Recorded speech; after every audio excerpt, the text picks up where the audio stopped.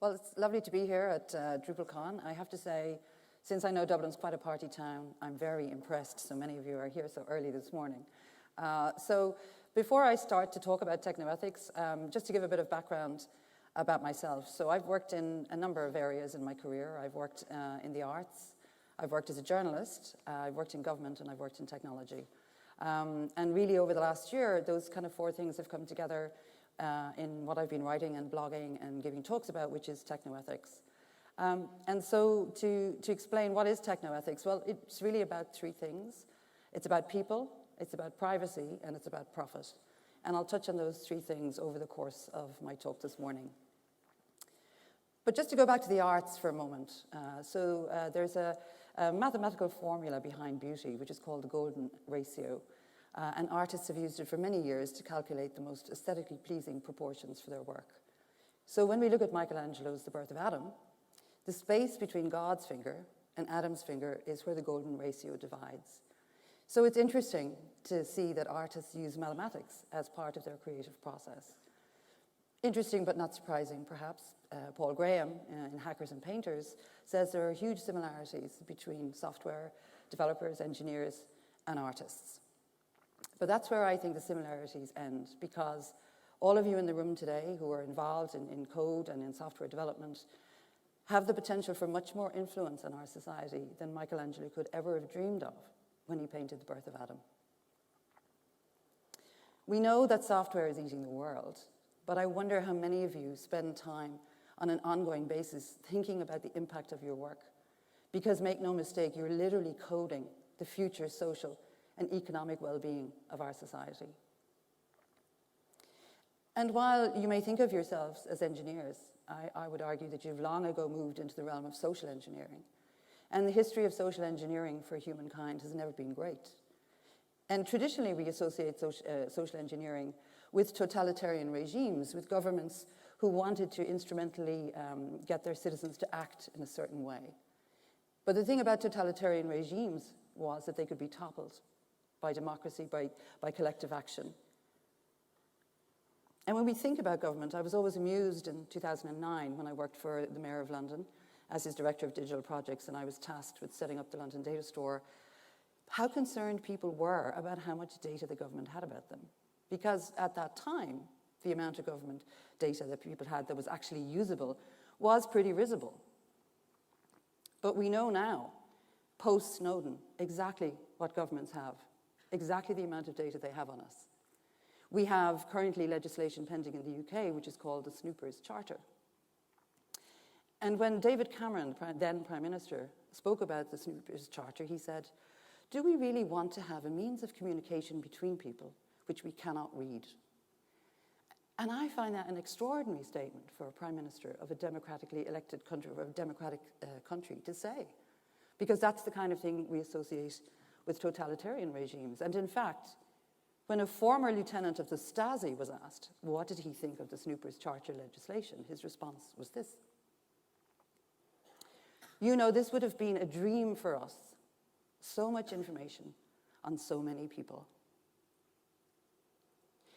And if we return to the notion of social engineering, what does it really mean? What do you require in order for social engineering of a society to be successful? Well, you really only need two things. You need a large body of information about the society you wish to engineer, and you need the tools with which to do it. Now, who might have that?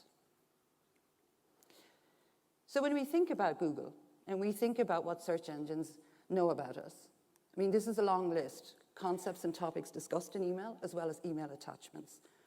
The content of the websites that we visited, demographic information including income, sex, race, marital status, geographic information, psychographic information, personality type, values, attitudes, interests, and lifestyle interests. Previous searches, information about documents a user viewed or edited, browsing activity. That's a pretty comprehensive body of knowledge about our society. In fact, it's a historically unprecedented body of knowledge about our society. Academics who undertake research couldn't even dream of a sample size that big. And when they do work with sample sizes which are risible in comparison to this, they are bound by ethical frameworks. Where are the ethical frameworks that bound this data? Well, there aren't any. And it's what the author Frank Pasquale refers to in his book, The Black Box Society, as the secret algorithms that govern the flow of information and money. Think about the language in a response Mark Zuckerberg gave at a conference when he was asked about privacy. He said, "I don't understand your question.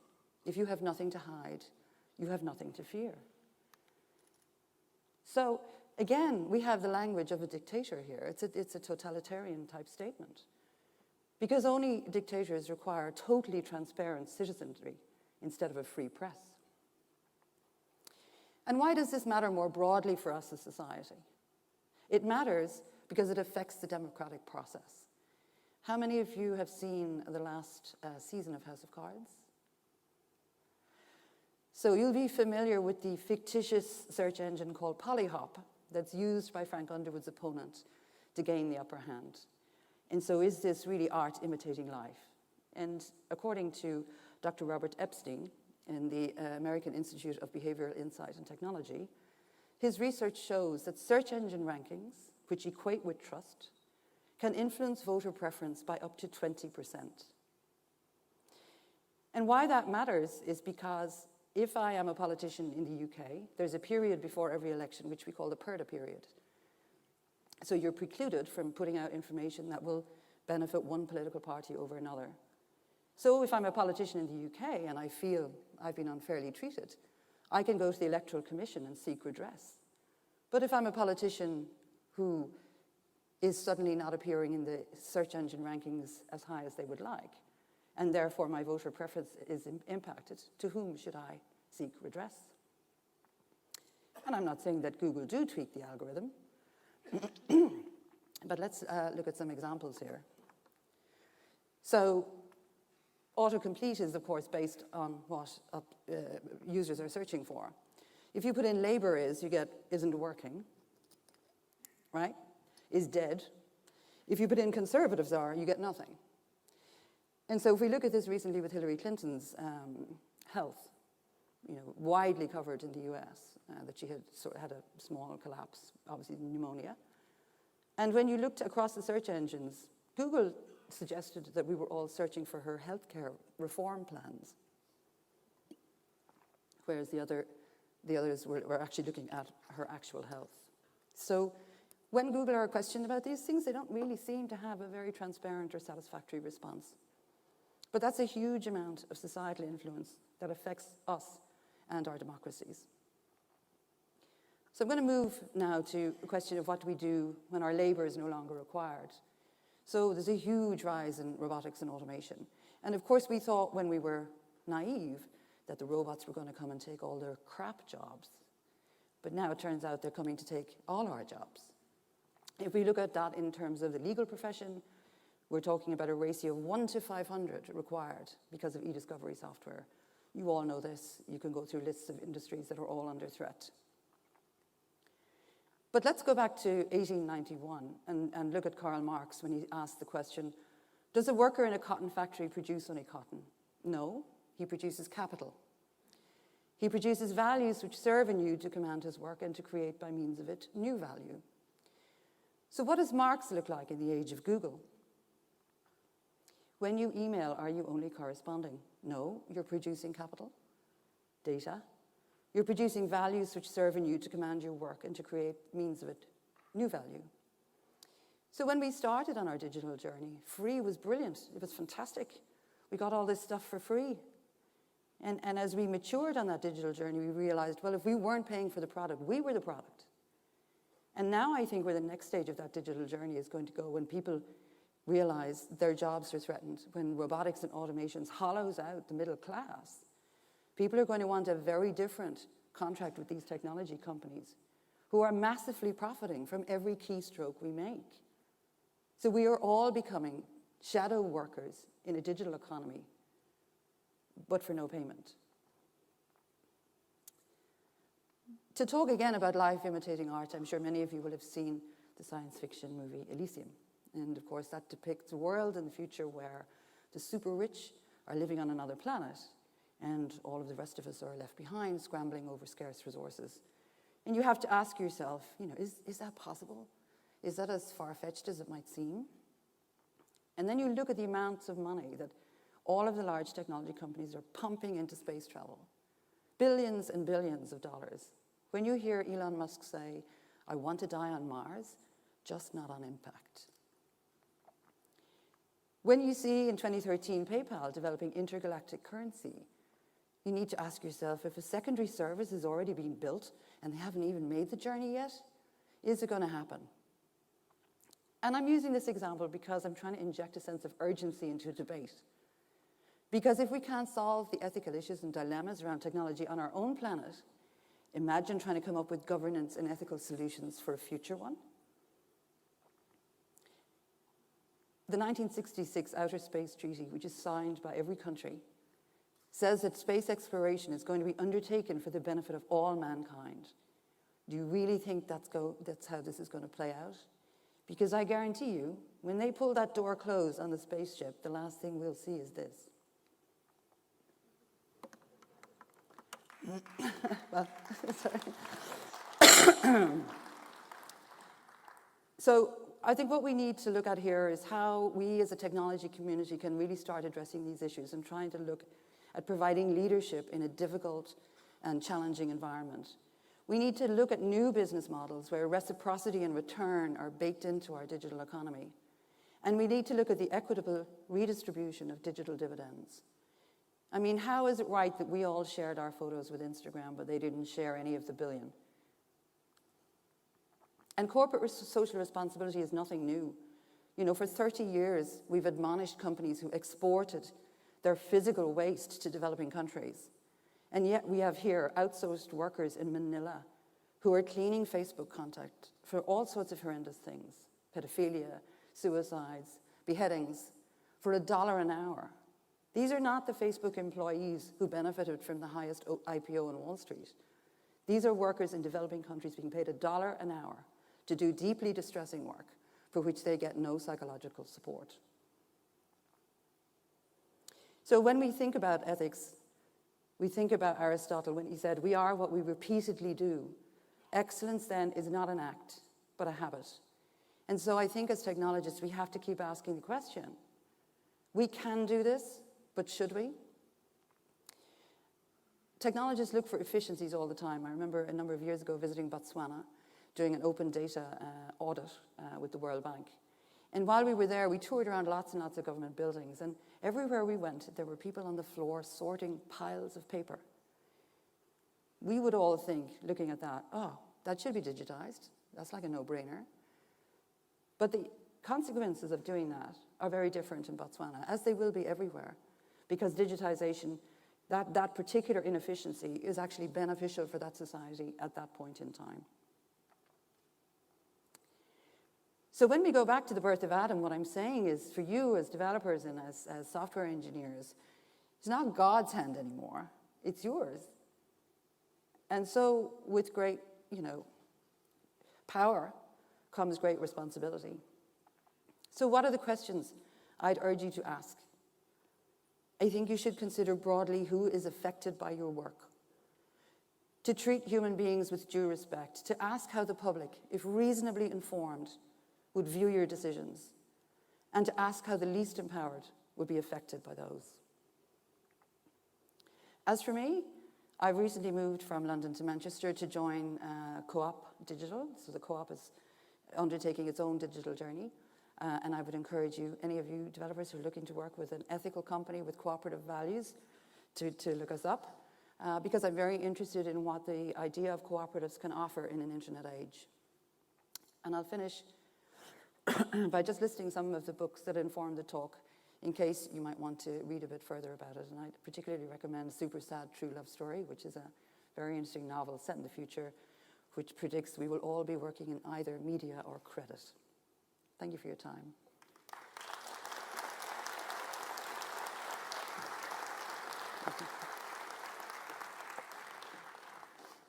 Should we sit over here?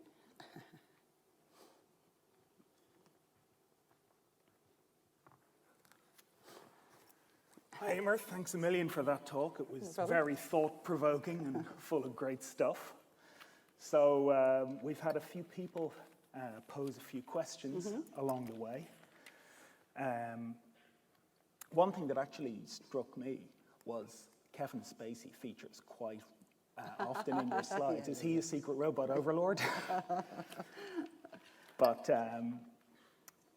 Tom was wondering whether in the future will government enforce regulations on social and search platforms? I think it will have to, but the problem with regulation is, government works very slowly. Obviously, the technology community and innovation happens very quickly. And so you build platforms that get to very critical mass at speed. So obviously, Facebook, we never thought that would grow to 1 billion users. It's a utility, right? So government should surely regulate utilities. The question is, do we have public servants and officials who have enough knowledge about technology to know the kind of regulation that's required? So I think it's always going to be a bit of a cat and mouse. But I think ultimately, all our utility companies had to go under regulation. I see no difference with technology platforms. But is it likely to happen without activism? No. Right. Not a chance. Okay. That's why I was hoping we might get some activism here. Gotcha. Do you think that the governments will actually be able to understand the technology, given that it moves so fast? Like, would it require the technology giants or whatever to actually get involved with government? Yeah, and what I would hope to see is that the technology giants would understand that regulation will come, and so to step up to start defining what that might look like in collaboration with government. We have also new generations of technologists going into government. We've certainly had that in the UK and certainly have in the US. So there is a growing literacy around technology, which wasn't there before in government, but it's certainly not anything at the mass that it's required. And I think the other side that's missing is that really most people who don't understand technology have no idea about the level of intrusion into their lives from technology companies. And it's a kind of a game. Technology companies don't want to declare too much about it because they need as much data as they can get to build their products. So, everybody's a bit of a cat and mouse, really, of not really declaring and people not knowing. So you don't have that body of activism coming from the body public because they're not as aware of what's being surveilled. Gotcha.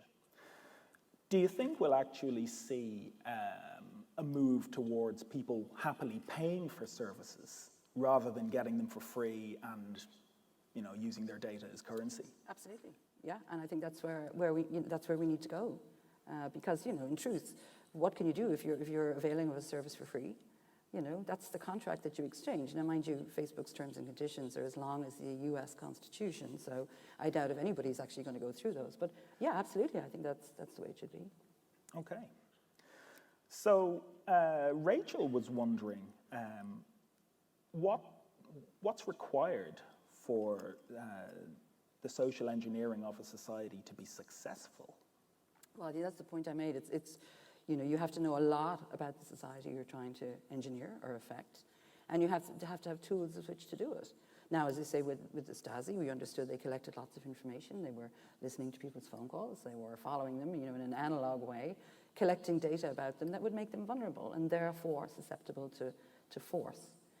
So basically, if you have lots and lots of data about absolutely everything a person is doing, and you have, a large platform, then, we know from Facebook carrying out experiments without asking the users, manipulating news feeds to see could they make them happier, or did certain stories make them happier or sad. That's classic social engineering. That's taking your tools and the information you have and manipulating people without their consent. Now that's, deeply unethical. Indeed. Do you think the likes of Facebook actually set out to do evil, or is it entirely accidental? No, I don't think, I think there's a maturity issue as well. Mark Zuckerberg famously said when he was very young, you only have one identity. Okay, he's in his early 20s, that's what you think, right? But we all know when you get older, you've got many identities. You have the identity you have here on the stage, you have the identity you have at home. So there's it was an emergent thing. This is the fantastic thing about technology. You can't predict what's going to emerge. He created a social network for a university, effectively. So no, I don't think. But I think the evil creeps in when you know, right? Because now we know, right? And that's the point where you have to say, what is to be done about this? What are we going to do about this? Gotcha. Have you any particular sort of favorite examples of where people have started a platform or a service and inadvertently been, I don't know, collecting unusual data or data they shouldn't, or coming up with a service that they shouldn't be actually doing at all? Well, I think one of the ones I particularly found a bit noxious was, what's it called, Girls Around Me. So, people can take, obviously, the fire hose from Twitter.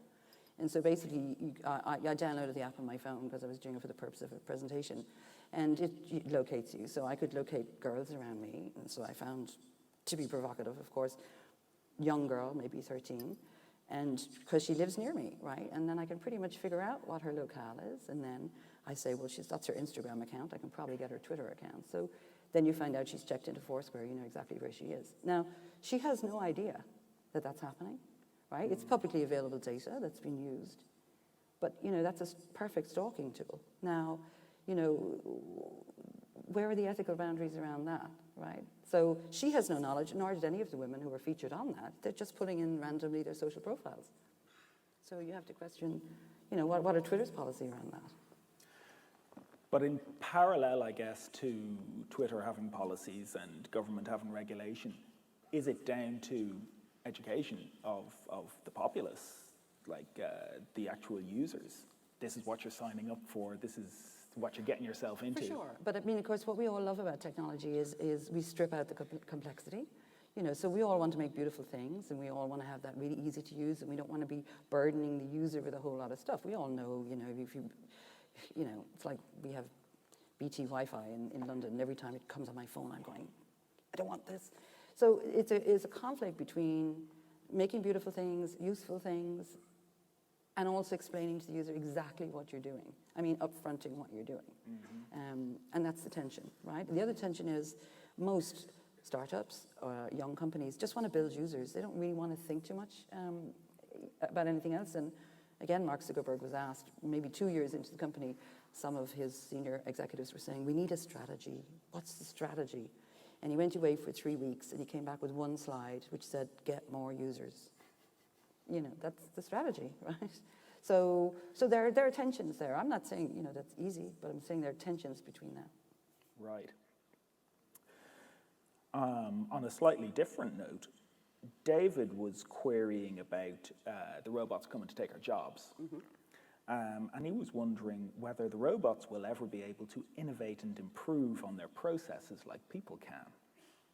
Well, I think that's what the software is telling us, right? It's a learning machine. It'll become self-learning at some point. But I probably wouldn't have the technical depth of knowledge to be able to answer. I'm sure loads of people in the audience would be able to answer that. Fair enough. Now, you'll note that I've gone entirely analog now after listening to all of that, so I'm going to have to flick back through my questions. So you've got lots of fingers and lots of pies, like with Future Everything and EY UK and Disruption and all the rest. What's your favourite? What gets you most excited when you get up in the morning at the moment? Well, at the moment it's working for Co-op, for Co-op Digital. So as I say, we're moving the digital team from the main cooperative headquarters into a building called Federation. And we're trying to encourage other technology companies to co-locate with us there. And we would hope to have some startups, etc. So really working with smaller companies as well to explore the idea of cooperatism as a means of looking at how do we have more equitable distribution in the digital economy. The cooperative is a very good model. It's a very long-standing model. And so I'm very excited about that, yeah. But I like all the things that I do. Cool. Brilliant. So if you had, say, one message, one take-home for people, one sound bite, what would it be? Ask more questions. I think and think more deeply about, I think many software developers are put in positions where, they're asked to do things by people where they feel this is wrong.